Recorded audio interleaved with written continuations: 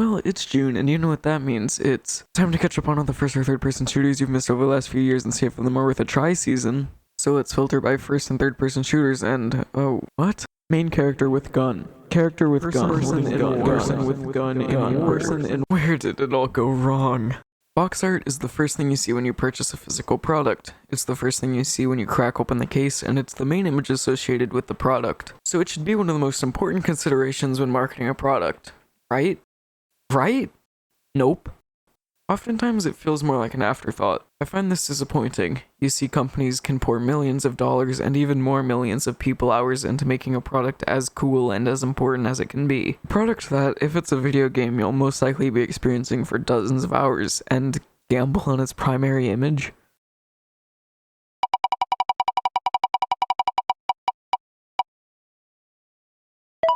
Oh, come on, not again.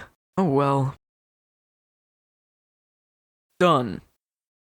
Insomniac's SpiderMan is a fantastic example of a game's true potential being completely ruined by some of the most hideous box art I've ever seen. But oh, it's a reverse slipcover that actually presents incredible box art?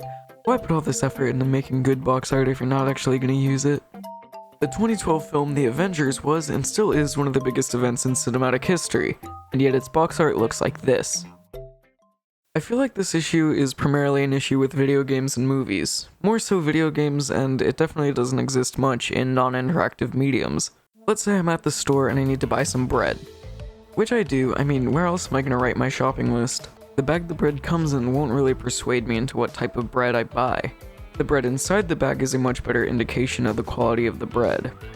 However, often with video games, it's just somebody walking into a store, looking at box art, maybe reading the back of the game or looking up a review, and then buying the game.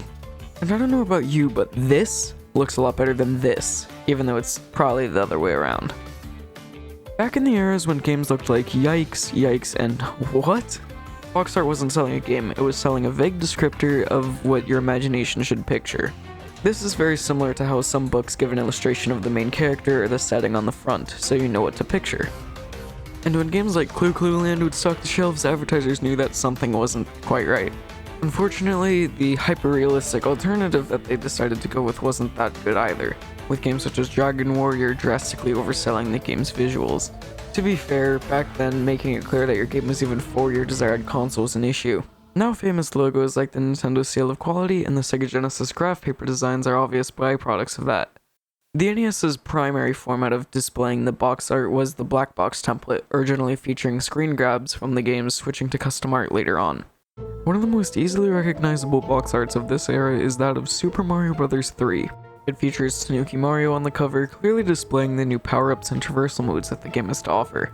On the other hand, you have Nightmare Fuel on the NES that is so awful compared to the Japanese box art I don't even want to talk about it. I have a fair bit of games, not as many as others, but I still have a lot of games, and by extension, I have a lot of boxes, and thus lots of box art to nitpick. Sports games. I absolutely hate the concept of yearly releases, but that's an argument for another day, so let's just take a look at the box art.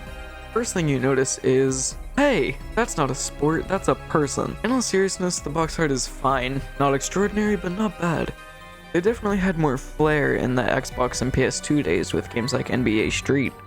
However, you're signing up for a sports game and you get a sports game. Shooter games have the laziest cover arts. Yeah, I said it and I'm not taking it back. Nowadays it's always main character with gun. Person in war. Star Wars Battlefront 2, Watch Dogs 2, Destiny, Watch Dogs Legions, Cyberpunk 2077. I love these games, and yet if I saw them on the shelves, without knowing what the gameplay or the concept was, I would just walk right past them. On the total opposite side of the coin, it's important to represent your character front and center. However, making it the sole focal point is a bit odd. Aloy is featured prominently on the marketing materials for Horizon Zero Dawn, and yet the box art still showcases the beauty of the game, along with her fighting at one of the giant robot things. Can you tell I haven't played that game in a while? The box art for Super Mario 3D World is a hodgepodge of characters and power-ups thrown together, but isn't that what Mario has always been? The box art for Dreams is fantastic. It's very creative and it showcases the creativity that can come out of the product. Garden Warfare 2 accurately showcases the warring parties up against each other in a fun and artistic way. And if there were a box art designer to rule them all, I think it would easily be Nintendo. Take even the slightest glance at the box art for Super Smash Bros. Ultimate and it's incredibly obvious. It's stunning. All the launch characters are showcased with Mario and Link being front and center, the remaining cast behind them armed and ready to fight. Breath of the Wild's box art showcases the art style of the game with wondrous appeal. The vast and expansive open world scale is shown in all its glory, but I can't help but admire it for at least a few seconds while popping in the cartridge. And this is only 2 games, on their most current system that's only been out for 4 years. Their first home console release was almost 38 years ago. They have an incredibly long history, and they'll keep making good box art, and if I wanted to talk about it all, the video would be multiple hours long, and I just can't. Box art is an incredibly important and overlooked aspect in the advertising process. In the early days of the gaming industry, there were some bumps in the road. The grand illustrations drastically oversold the game's appearance. Nowadays, box art has devolved into the main character taking up 90% of the art for most AAA games. I'd love to see them return to the early state, now that games can actually reach a level of graphical fidelity in the newest generations of consoles and PCs. Unfortunately, it's way easier to just slap a 3D render of the main character on the cover and call it a day. While I don't have a huge problem with the main character's face trope, yes I do, I made a whole video about it, it's disappointing to see series that once had great box art like this, now have box art that looks like this. But does it really matter? I mean, if the game is good then it shouldn't, right? I think it does.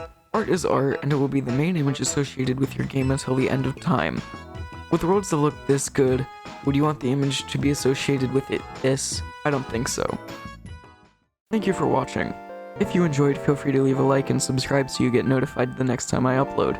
And if not, leave a dislike and let me know what I did wrong. Any feedback is appreciated.